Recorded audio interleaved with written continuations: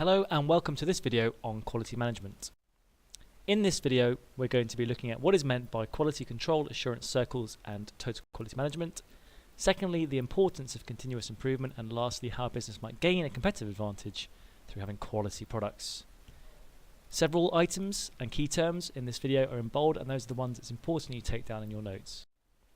Let's start off with our definition of quality. A product or service is of good quality if it meets the needs and expectations of the customer. How might a business measure whether it's got good or bad quality? Well, some of the following.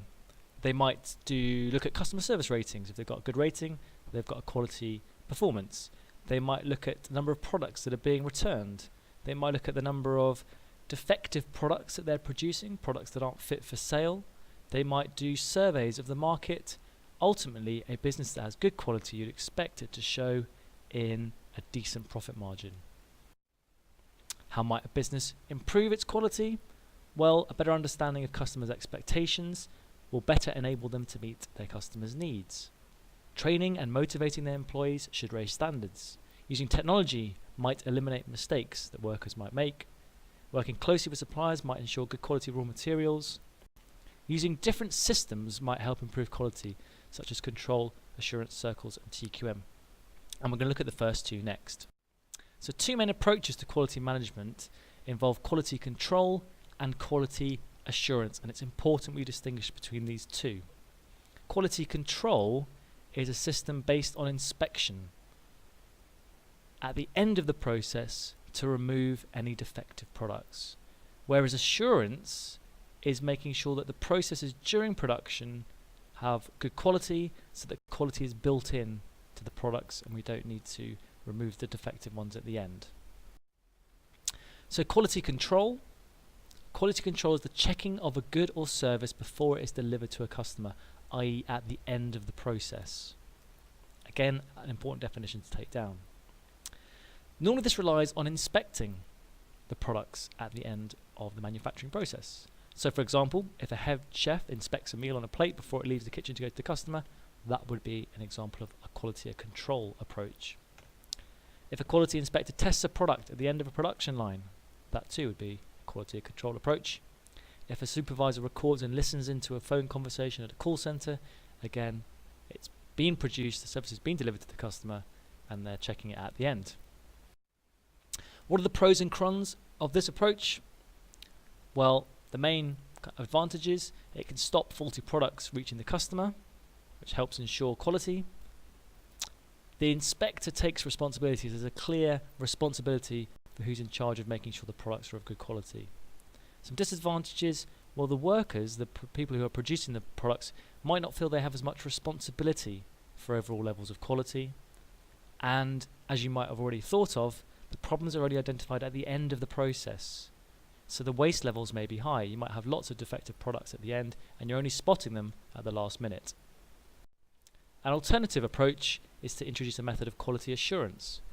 Quality assurance is the checking of a product or service at each stage of its production, e.g. as it travels along a production line.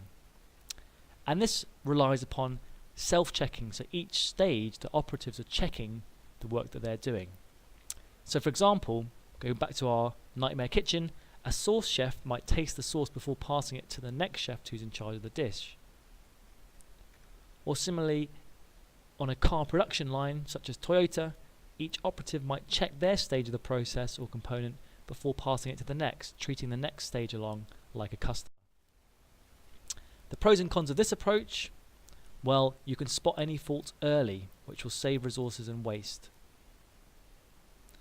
Also, it might make workers feel more motivated because they are more responsible for the overall quality of the production process. However, some disadvantages: you need to train your staff to be able to check their own work, and they need to be very committed to this approach. If they feel under pressure, then the opposite may be the case, and it might actually demotivate workers. So let's quickly sum up quality assurance versus quality control. Quality control is focusing on the outputs at the end. Quality assurance is focusing on the processes during the production process. Quality control is achieved by sampling and then checking the product's inspection, whereas Assurance is achieved by improving the processes at each stage. Control is targeted at production activities, whereas assurance is targeted at the whole organisation, everyone takes part. Control emphasises standards, whereas assurance emphasises treating people as the next customer. Control makes sure that defective products are inspected out at the end. Assurance that quality is built into the products during the process. So we've looked now at quality control and quality assurance. Let's move on to quality circles. Quality circles are informal groups of workers who volunteer to meet on a regular basis to discuss issues relating to the workplace, how to improve quality. And the philosophy behind this is that the people who would best understand the ways to improve the quality of what they're doing are the people who are actually doing that work. So the workers are the best people placed to suggest issues or suggest ways in which quality can be improved. Their recommendations are then reported back to the management, and the idea is that increased employee participation in this process will make them more motivated. Total Quality Management, or TQM, is an overall management philosophy that focuses on continual improvements of products and services with the involvement of the entire workforce. So it's as if the entire workforce was part of a quality circle. The road to quality management, or total quality, making sure everything is quality, is through a process of continuous improvement. So it's really about an attitude that the business has. The whole business understands the need for quality and seeks to achieve it. Everyone in the workforce is concerned with quality at every stage of the production process. Quality is ensured by workers and not inspectors. What are the pros and cons of this approach? Well, the advantages, it's maybe motivational because workers feel more involved and are making decisions and recommendations. It's less wasteful than throwing out defective finished products. Disadvantages, well, you need a strong leadership, which is often missing, to encourage and let TQM flourish. Substantial investment is required in training and support, and you might not see an improvement necessarily in the short run, but once that training has been embedded and practiced, then actually the improvements in quality might materialize in the longer term. Bureaucratic, there might be lots now of extra little things that people have to do to ensure quality. So lots of extra tasks, and that might slow people down. So you have to balance out maybe the disruption and cost, will they outweigh the benefits of making sure that everyone in the organization is partly responsible for quality. So let's move on now to the importance of continuous improvement. Now this is based on a Japanese concept of Kai, meaning change, and Zen, meaning good. If you put the two words together, Kaizen, you've got changes that are for the good of the business. And that is what Kaizen is all about. Kaizen is a system that concentrates on small but frequent improvements in every aspect of the production process. All members of the workforce are involved, and improvements can come from anybody at any level of the hierarchy, from the chief executive to the most junior operative, just applying screws perhaps to a machine. It requires a highly motivated and committed workforce, and it's a vital component of making sure you have total quality management in place in your business. Let's move on to gaining competitive advantage through quality now. And to start that, let's think about what would happen. What are the risks if you have a poor quality product? Now, can you think of any examples in the recent years where businesses have suffered from poor quality products? There have been a few in the news recently, such as the horse meat scandal in 2013, and industry sales of red meat fell by 5%, which, if you think of the value of all the meat that's bought in this country, quite significant. More recently, perhaps, the lack of quality at Alton Towers, very negative impact on their business.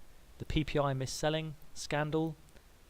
Even Toyota had to recall 10 million cars in 2010 due to a faulty accelerator, which had a significant cost to the business.